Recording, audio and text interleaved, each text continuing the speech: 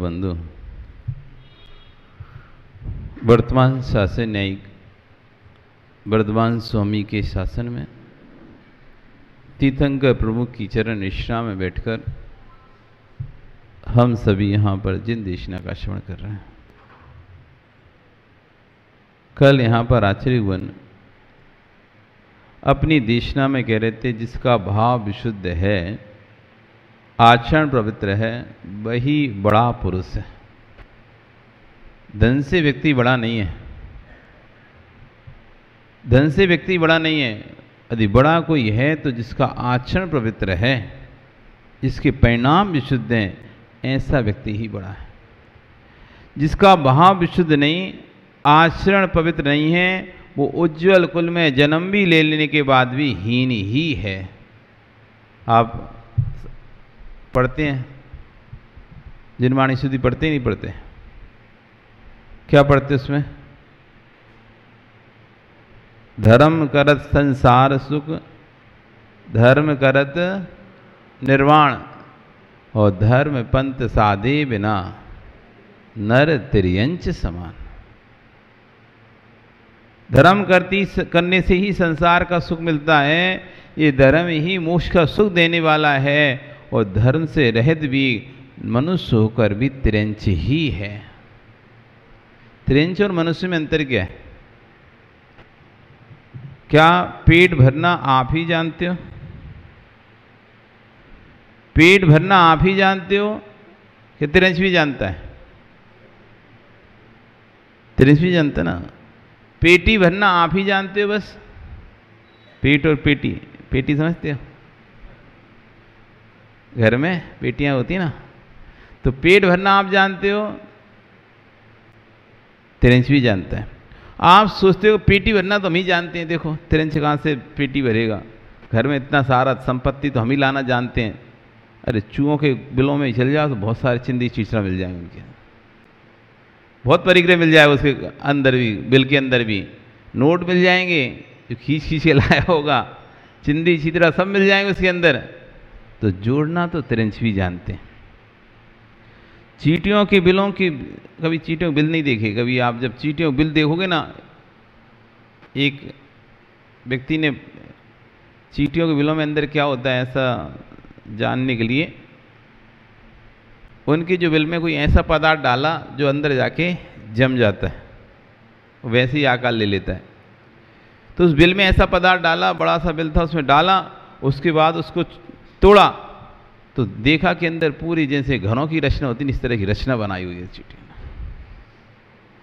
तो धन का संचय करना, परिग्रह का संचय करना वे तिर्यंच भी जानते हैं। सुंदर मकान बनाना भी जानते हैं तिर्यंच। बस अंतर है कि तुम्हारे मकान अलग होते हैं और उनके मकान अलग होते हैं, लेकिन उनके घोंसले होते ही नहीं होते। एक एक धागे से इतना गोल घोंसला बनाते हो, देखो आप नहीं बना पाओगे। कोई लंबा धागा नहीं है, छोटे छोटे तिनके हैं, कहाँ से कहाँ पुरो रहे हैं, एक के अंदर एक फंसी हुई। आप एक निकालो, वो पूरा ऐसा बिखरेगा नहीं, ऐसा अलग नहीं होगा, आप आराम से उठा लो पूरा। सूखे तिनकों से वो घोंसला बनाया जाता है उनका द्वारा, एकदम गोल, बिल्कुल सेब गोल रहता है, उसमें अंडे दे रहे हैं। नीचे भी फोम का जैसा लगा रखा है, किसी प्रकार के अब उनके बच्चों को दिक्कत ना हो। जैसे आपके डल्लब के गद्दे होते हैं ना, ऐसे अंदर अंदर अच्छी घास, पोली पोली मोटी मोटी एकदम सॉफ्ट घास रखते हो। तो वो अपना घर बनाना जानते हैं। कहाँ कहाँ से तिनका लेके आते हैं, सोचो आप, कहाँ कहाँ से तिनका लेके आते हो। एक एक तिनका एक साथ कोई पूरा तो ले नहीं है, तो पूरा भर के रख के रख दिया, उनको भी बनाते रहो उसमें से। अलग अलग जगह से तिनका लेके आते हैं, तब भी उनके घोंसले अलग नहीं दिखाई देता, एक ही तिनका जैसा घोंसला दिखाई देता है। सोचो आप, कभी ऐसा दिखा कि पीला नीला लाल कलर, अलग अलग कलर के अलग अलग तिनके दिखाई दे रहे हैं? एक सा एक कलर, एक प्रकार की घास। आश्चर्य नहीं होता? एक ही प्रकार की घास रहती है, जबकि ऐसा नहीं उन्हें बहुत सारा किसी रख दिया और उसी में से बना लिया उन्होंने।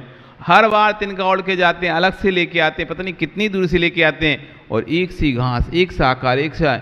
एक गोही पक्षी होता है, वो तो बिल्कुल कहाँ पे बनाता है? पेड़ की सबसे लास्ट टहनी पे, जहाँ कोई पहुँच ही नहीं सके, ऐसी टेनी पे अपना घोंसला से लटकता है उसका, ऊपर पतला नीचे बड़ा सा, और दो रहते हैं पार्ट उसमें, बीच में रहने का और नीचे रहने का, ऊपर अंडे देने का, डबल स्टोरी रहता है वो। कोई भी बड़ा सा बड़ा आर्किटेक्ट ऐसा बना ही नहीं सकता इतना। और कितनी एक धागे पर वो पूरा लटका हुआ है, एक उस पे लास्ट कोनी पे बिल्कुल टहनी के, मतलब पत्तियों के लास्ट जितने रहते हैं बिल्कुल शाखा के एकदम लास्ट पे, कोई बिल्ली किसी प्रकार का कोई चूहा अभी तक नहीं पहुंच सकता उस पर, गिर जाएगा वहां तब पहुंचे, पूरा लटक जाएगी। तो ऐसी जगह पे उसने एक धागे से एक तिनके से अपना घर बना लिया। तो घर बनाना तो तिरंज भी जानते हैं, पेट भरना तिरंज जानते हैं, बच्चों को पालना तिरंज जानते हैं। चिड़िया अपने बच्चों को जबरदस्ती ऊपर से नीचे धकेलती है, ऊपर से नीचे धकेलती है। जब वे बड़े होते हैं तो उड़ते नहीं है ना, तो ऊपर से नीचे धकेलती है, उन्हें सिखाती है बार बार उड़ना। एक बार गिरते हैं फिर उठा के ले जाती है, फिर ऊपर से फिर धकेलती, फिर गिरते हैं नीचे, फिर उठा लेती है, फिर धकेलती है, ऐसे आखिरी वो अपना पैर फड़फड़ाने लगते हैं। उन्हें सिखाती है। हर जानवर अपने बच्चों को सिखा देता है, चलना फिरना उठना बैठना खेलना। तो आप बताओ क्या नहीं करते वो तिरंज? बच्चे को पालना भी वो जानते हैं। वो बिल्ली भी जानती है मेरे बच्चों की मेरी सुरक्षा कैसे करनी है। इस घर से उठाती है, उसे थोड़ा सा भी भान होता है कि यहाँ पर बच्चों का सुरक्षा है, वहाँ से उठा के दूसरे घर में रख देती है। चुईया को लग जाए कि मेरे बच्चों को यहाँ वो है संकष्ट है, वो चुईया उठा कर वो वहाँ से ले जाएगी, आपको पता ही नहीं चलेगा। शिखर जी में चतुर्मास चल रहा था, एक बैग स्टोर रूम में बैग रखे रहते हैं, खाली होने के बाद बैग रख देते हैं ना स्टोर रूम में, तो बैग रखा हुआ था। तो जब बिहार होना था तो बैग मंगाया, जैसे ही बैग मंगाया उसमें देखी तो 4 चुईया। अब क्या करें 4 चुईया का? अब निकाल सकते नहीं है, फेंक सकते नहीं है, और सामान रख नहीं सकते। अब वहाँ एक चुईया घूमती रहती थी, छोटी छोटी 4 चुईया उस बच्चे थे उसमें, वो चुईया घूमती रहती थी। तो हमने कहा ठीक है इसको यहीं रख दो। अब पता नहीं देखो उस चुईया को कैसे पता चल गया, कैसे उसको गंध आ गई, क्या हुआ कि अब ये बच्चे यहाँ सुरक्षित नहीं है। सुबह रखा, दोपहर में हम सब महाराज बुलाए, देखो हम तुम कुछ दिखाते हैं, हमारे बैग में चुईया हैं। तो बैग उखड़ा के देगा, कोई चुईया नहीं, सारी चुईया गायब। वो छोटी छोटी वो तो चल भी नहीं सकती थी कोई भी, पर सारी गायब। मेरी देखो ले गया लगता है, वो खत्म हो गया। एक दूसरा बैग रखा हुआ था, वो बैग में हमने सांझ आया, दूसरा बैग और उठाना तो दूसरे बैग उठा, फिर चली पता चला चुईया उस बैग में आ गई सारी। अरे रे अब इसका क्या करें? फिर उससे जैसे ही बहान हो जाता है, उनको गंध आती हो, देखा तो वहां से ही चुईया गायब। 6 घंटे 5 घंटे वहां से भी गायब। दूसरी पाटे के नीचे जब पाटा, जब जाते समय क्या कि हमने सोचा चल था ले गया कहीं पे, तो जाते समय अगर पाटा हटा के नीचे देखते कुछ रह तो नहीं गया, सामान गिरा तो नहीं पड़ा। तो जब पाटा हटाया तो उस पाटे के नीचे चुईया भी। मतलब एक जानवर भी जानता है कि मुझे अपने बच्चों को कैसे पालना है। उसको भी जब खतरे का एहसास होता है तो वो भी सुरक्षित स्थान पर चला जाता है और अपने बच्चों को भी सुरक्षित स्थान पर ले जाता है। एक बिल्ली 2016 का समय था या 2015 का समय रहा हुआ।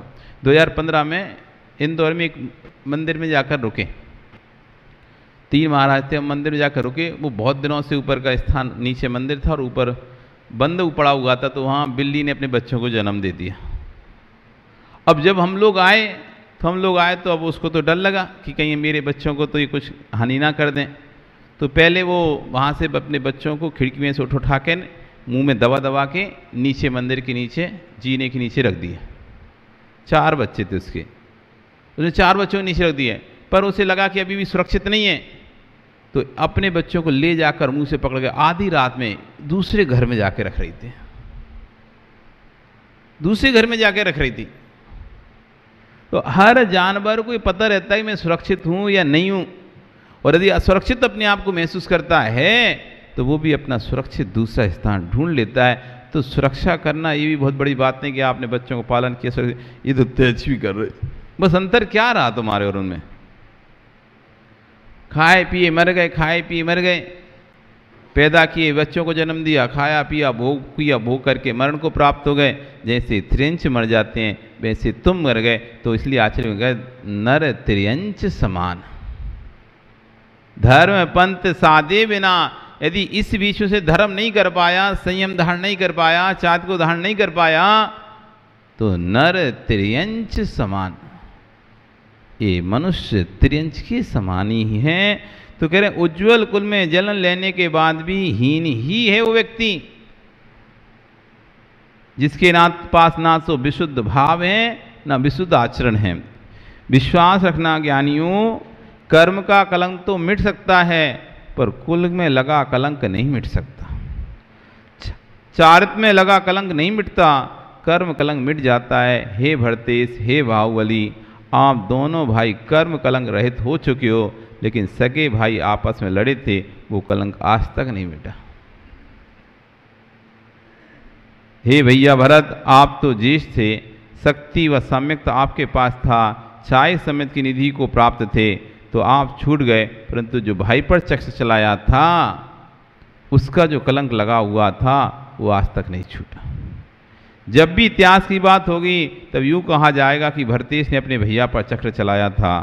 मेरे भैया, मेरे छोटे भैया, बड़े भैया, जितने भी यहाँ बैठे हो, इतना ध्यान रखना कि घास की रोटी खा लेना, रोटी ना मिले तो नमकार मंत्र पढ़ के संलेखना कर लेना, लेकिन ऐसा कोई कार्य मत करना जिससे कि इतिहास कहे कि आपने ऐसा किया था। पर्याय नहीं बचती, जिस पर्याय में पाप किए वो पर्याय नहीं बचती, जिन परिणामों से पाप किए परिणाम भी नहीं बचते हैं, परंतु इतिहास जीवंत रहता है। स्वयं के जीवन में सोचो भैया, जीवन में कितनी भूल की होंगी, वे दिन निकल गए, पुनः तू भगवान का पुजारी बन चुका है, पर उन भूलों का ध्यान तो आता है, वे मिटी नहीं है। आज भी हमने जो भूत निकल चुका है, जो पर्याय हमारी निकल चुकी, जितना समय हमारा निकल चुका है, उस पर्याय में हमने जो पाप किए हैं वो जब स्मरण में आते हैं तो हम संकलिष्टता को फिर से प्राप्त हो जाते हैं। भगवान का पुजारी बन गए हैं, कुछ ही हो गया है, तब भी उन भूलों का ध्यान आता है, वे मिटी नहीं है। जब सारा जगत आपको सम्मान की दृष्टि से देखता है, जिस समय तेरा सम्मान चल रहा था उसी काल में तुझे तेरी करतूती का बोध हो जाए तो सारे सम्मान का आनंद अपमान भूत नजर आता है। देह की चमक का सम्मान है, देह की चमक का सम्मान है, देह की पर्याय का सम्मान तो जगत के लोग कर पाएंगे, पर मेरे परिणामों का सम्मान सिर्फ मैं ही कर पाऊंगा। आचार्य बनिया कह रहे हैं कि शरीर का सम्मान तो दुनिया कर देगी, इस शरीर का सम्मान तो बाहर के लोग कर देंगे, लेकिन अपने परिणामों का सम्मान हम ही कर पाएंगे, अपने भावों का सम्मान हम ही कर पाएंगे। जब शांत बैठेंगे तो दूसरा तो तुम्हारी प्रशंसा कर रहा होगा, लेकिन तुम्हें लगेगा मैं तो ऐसा प्रशंसनीय हुई ही नहीं। ये तो मुझे कितना अच्छा समझ रहे हैं, पर इनको पता ही नहीं है मैंने इनको छल चुका हूँ, इनको ठग चुका हूँ। जिसने स्वयं के परिणाम स्वयं के प्रति सम्मान बुद्ध देखें, समझ लेना कि तू महान है। भैया सुनाई दे रहा है सबको, यानी स्वयं के परिणाम से मैं स्वयं का सम्मान ना दिखे, समझ लेना तू सम्मान की योग। स्वयं के परिणाम में स्वयं का सम्मान ना दिखे, समझ लेना तू सम्मान के योग्य नहीं है अभी। स्वयं के परिणामों में जब स्वयं का सम्मान दिखे तो समझना कि तू अब सम्मान के योग्य है। क्योंकि बहुत सारी बातें आचार्य ने कहा कि लोग समाज तुम्हें अच्छा कहे, इससे आप अच्छा नहीं है। समाज तुम्हें यदि अच्छा कहती है तो आप ये मतलब ना आप बहुत अच्छे हो, कि समाज तो उतना ही देख पा रही है जितना आप दिखा रहे हो उसे।